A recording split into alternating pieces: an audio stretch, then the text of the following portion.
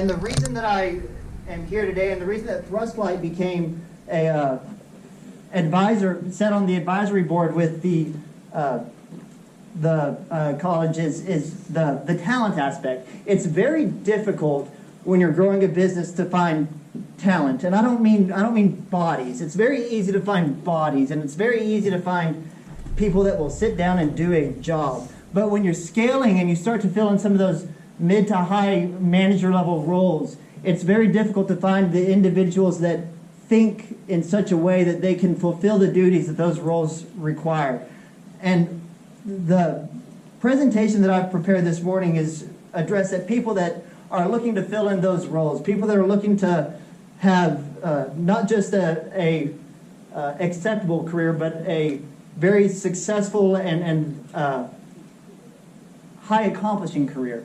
And I've identified a few things in the individuals that move up quickly in our company that makes them stand out and makes them different. And I want to share that with you today and look at some of the dangers that I think exist for people growing up in the environment that we were talking about a little earlier, growing up in this digital landscape, and some of the stuff that I have learned personally, and some of the stuff that some of our employees have learned and shared with me, and share that with you today.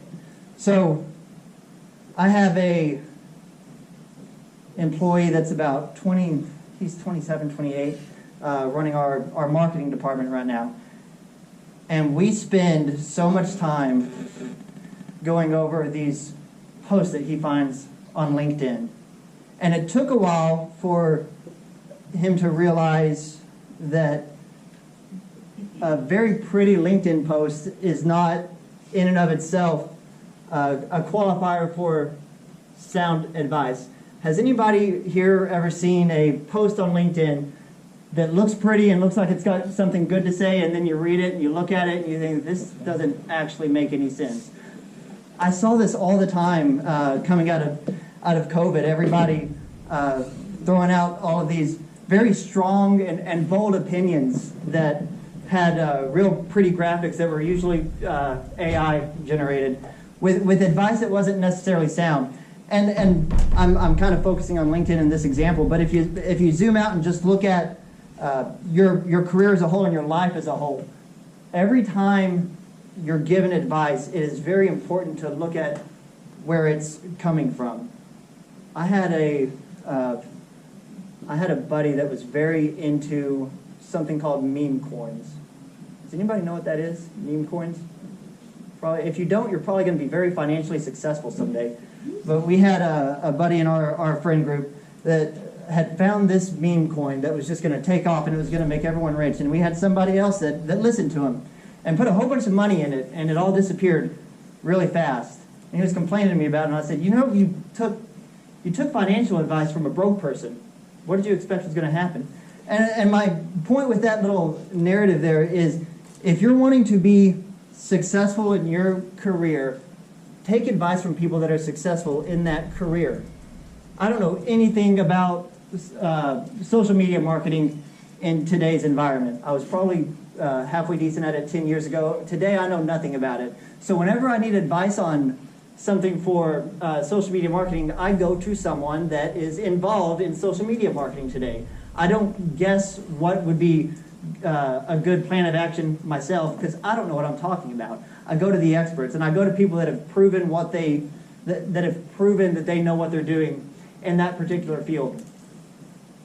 And I think that one of the most important skills you can have as you're growing in your career is identifying the people that you want to take advice from, identifying the people that know what they're talking about, that are where you want to be someday.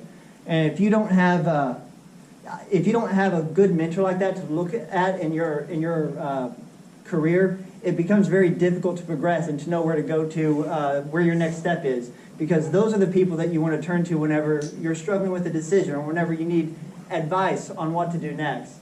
And so I encourage everyone today to be very careful about where you get your advice, and make sure that you're not just scrolling the internet, finding AI-generated content and taking it at face value. It's important to dig into what the source of your advice is, and make sure that it's coming from a place of sound experience.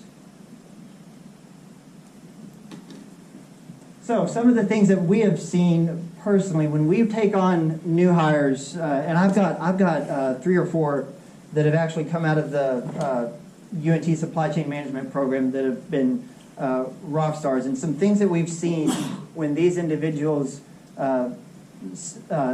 excel and succeed far beyond what would be expected by looking at the job description is the successful ones that move up quickly in our company do not just do their job.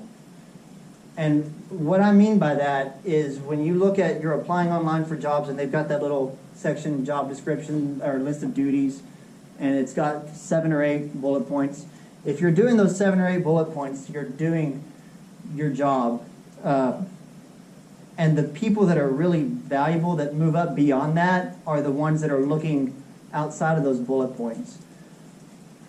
We had a individual with us recently. We've got student housing at our school, and it's this annoying little chore that we have to do to deliver our product. We're not in the housing business, obviously, but it's something that we've got to do to deliver on our product and our area of expertise. And part of that involves keeping up with who's in what apartment, making sure that they're sticking to the lease that they signed and the dates that were assigned to them, and that we're charging if they go over, and all of that boring, awful stuff. And for a little over a year, we had an individual with that responsibility that was not very engaged, not very interested, and was very much checking the boxes and just doing his job. And he would find all of these problems and complain about all of these problems and then throw his hands up and not keep up with it. And so whenever he left our organization, that job was given to a relatively green individual that inherited a mess. And I remember a meeting where we said, okay, you're going to do this, here's what we've got now, here's what it's supposed to look like, and then we left it alone for about a month. And I came back a month later and looked at it, and he had gone outside of what his specific job was, made the system better, made the tracking processes better, and done all of this so that we had a nice organized method for keeping up with all of our housing mess. And it was organized and neat, and he went above and beyond to make sure that this was an easy job to do, and then did not ask for any credit or go to anybody and show them, look at me, look at all this wonderful stuff I've done. He had found a problem outside of what his job was and made it better. And those are the individuals that we like to, we identify early on and identify as future leaders within the organization. And it's been one of the hardest types of individuals to find. And if you're able to identify yourself early on to the leaders of your organization as this type of individual, it's going to bode well for you throughout your career. The last point I want to leave you guys with before we go into some Q&A is that companies don't have all the answers. So we went through an exercise recently where we took on some private equity investors, and they came with all of these tools and all of these big fancy doctorates that worked for them, that had all of these ideas and big ambitious goals. And when we partnered with these guys, the general thought around our company was, we're about to see what real big dogs do out in this world, and we were really excited. And it was a little disappointing to find out that they didn't have it all figured out either. They were kind of like us, and as I grew within our organization, I felt that a couple of times as I was coming up through the organization, realizing, oh, my boss didn't have all the answers, and his boss didn't have all the answers, and everyone's kind of just trying to keep this train on the tracks and get to the finish line without having all of the answers.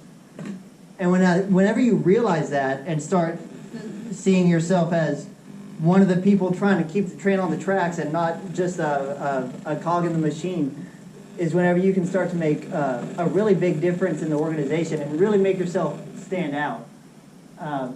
It's really easy to sit back and say, oh, the company's doing this and the company's doing that, and if they did this better, my life would be easier.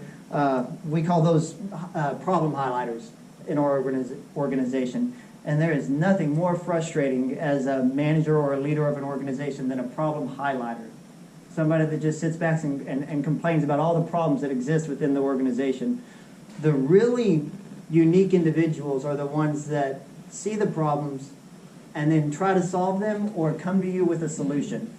And that's what I would encourage all of you to, if nothing else, take away from this, that you don't want to just be a problem highlighter. You want to be a problem solver, somebody that comes up with a way to do things better and help the organization as a whole fix a problem. I think there's a trend right now among some where it's us versus the organization. It's all the employees versus the man.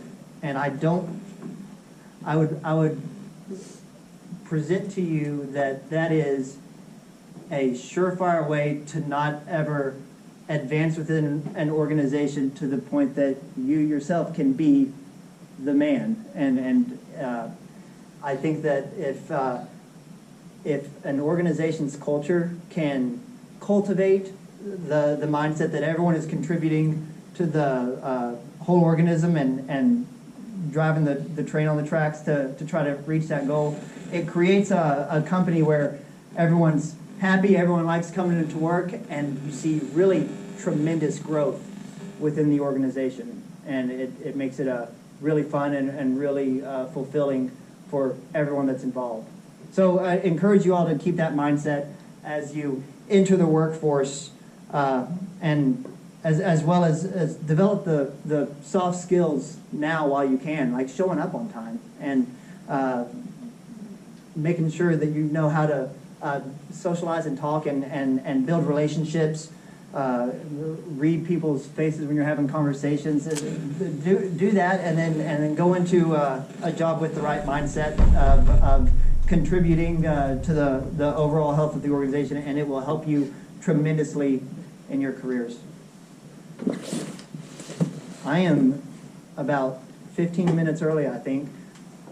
I would love to answer any questions. Last time I did this, there was a really good Q&A afterwards, and I talked a whole lot about our company last time and got a lot of really cool questions about the organization specifically. I didn't talk a lot about our company this time, but I would love to answer any questions that anyone has about Thrust Flight or the organization or any other questions you might have about what we've seen with our entry-level positions that we've filled in.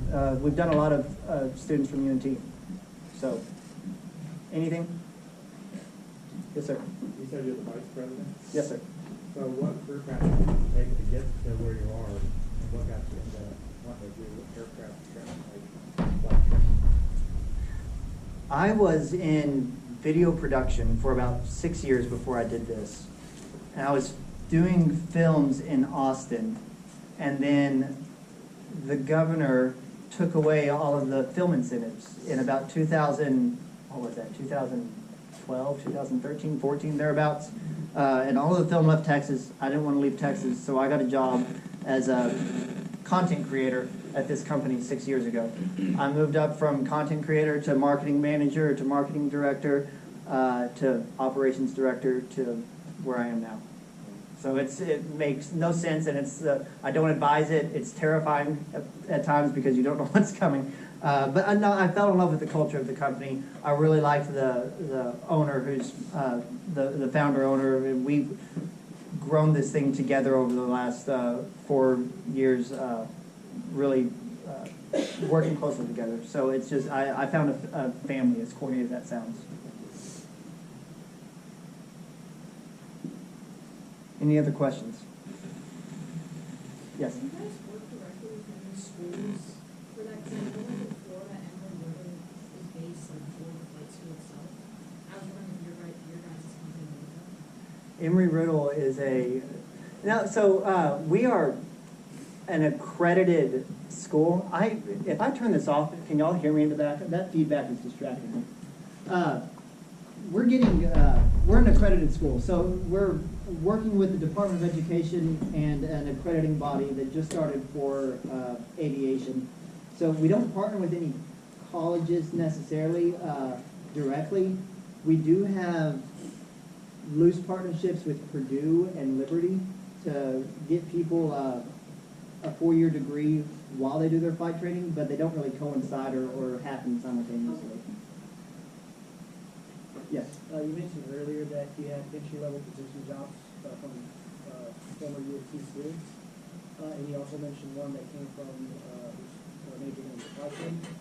Can you give like a little bit more insight to like those entry-level position jobs you referred to? Yeah, so we've got a really aggressive growth plan laid out over the next 4 years where we want to, we're acquiring, right now our fleet is 35 aircraft large, and we're acquiring 50 more in the next 2 years.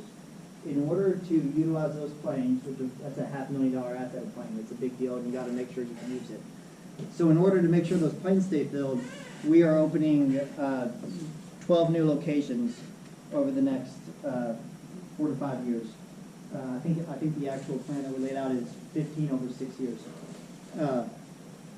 And so what we're doing is we're trying to build a pathway within the organization where in a year and a half you get promoted within the company to the level where you can go and manage a location where you're making 6 figures and really good benefits, and it's a really good job. And so whenever we were looking at this, we were trying to think of what's the best way to build that end result, that talent, the manager that can go and run a flight school. What's the best way to build that from within? And so we built this path from within the company where you start at the entry level, and we're recruiting, from everywhere, but heavily from UNT. And you start out in our dispatch office. So you're scheduling flights, you're helping instructors change their schedule, you're doing everything. You're booking stage checks and check rides. If I get too into what they're doing specifically on the day-to-day, I use a bunch of lingo that y'all might not be able to understand what I'm talking about, but it's scheduling, really. And it's logistics at the end of the day. Their job is to make sure that those $500,000 assets are making the company as much money as possible every hour that we're open. So anytime a plane is sitting on the ground, the company's losing money. And we kind of got to train everybody to view it that way. You've got to make money with your most expensive asset. So that's where they start. And then they move up overseeing schedulers, and then they move up overseeing process development, and then move up overseeing locations eventually.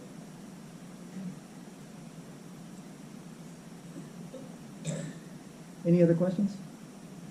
You said you started off as a content creator, Yes. and now you're the vice president. What are the changes? What does it look like from your shift in your career and your position?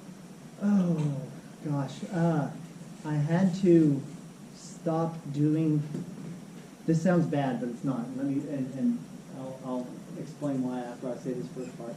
I had to stop doing what I was passionate about and start managing people that were doing what I was passionate about, which was really, that was kind of the hardest part. Was I loved getting into the marketing, and I loved designing the website, and I loved figuring out what our numbers were doing from here to here to here. Once you start managing that and managing more aspects of different departments, you become more of a mentor, kind of. You're making talent. So my job is to develop and manage talent. Every problem that I solve every single day is not solving that problem. I'm solving why the person who was responsible for that problem wasn't equipped to handle that problem. And so I'm kind of in the people business now, which is, once I figured that out and once it clicked, it became a lot more fun, and I kind of reignited that passion, because that's a really fun challenge to overcome.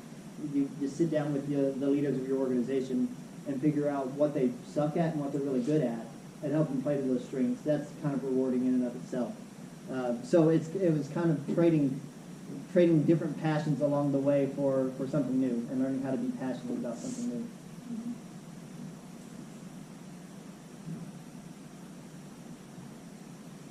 Anything else? Yes. How has the news affected the company? Saying that you're being really aggressive with upscaling, and it seems like the news kind of showing a lot more of accidents and stuff. No, I haven't liked that. We see see it in the numbers, but it's hard for us to, I don't know how much of those numbers are because of the news cycle and how much of it could be, I mean, there's always dips in my, the KPI that I'm view as most impacted by the news cycle would be leads coming into the top of the funnel. So how many people are reaching out saying they're interested in our service? That has dipped, but also historically it dips in February, March. So I don't know how much of that is just seasonal and how much of that is the news cycle. But it's probably not helping a lot. I'll say this, and this is what our salespeople, what our admissions team and everyone, these are the talking points that we put out there because we believe it to be true. Every time there is one headline crash, there will always be two to follow. They come in threes because people start paying attention. There are thousands and thousands and thousands of flights that happen every day, and 1 in 25,000, or it's something like that, results in a crash, and then 1 out of every 100 of those results in multiple deaths. It's very minuscule when you look at the scale of things, but once one headline event happens, all of a sudden they're looking out for any more events that happen, and then everything's making the news. Then we had like 2 this year that I'm like, well, either one of those would have made the news by themselves. That was crazy. So I think that it's going to lead to a lot of really interesting discussion on the regulation side of things, and that's kind of what I'm interested in. Whatever it's doing to our lead cycle is going to go away by the summer, and I'm not too worried about that. But if this starts a conversation in Congress and they start talking about changing some regs, that's when it gets really interesting and potentially really impactful.